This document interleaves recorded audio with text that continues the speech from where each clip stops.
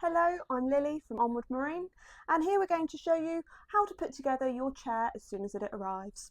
So what will arrive is your standard director's chair.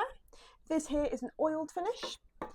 That will arrive in one box, and in another will be your cushions and base. This here is our Forza charcoal finish. So what will arrive is the base. Velcro side is going to go down, and these runners are going to go into the channel on each side.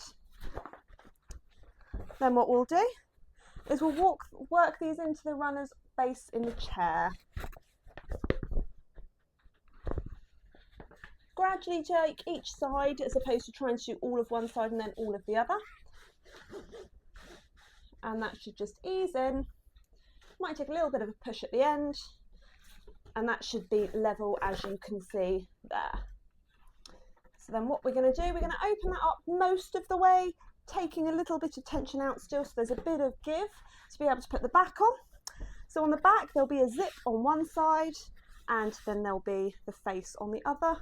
We're just going to work that over the top. There we go.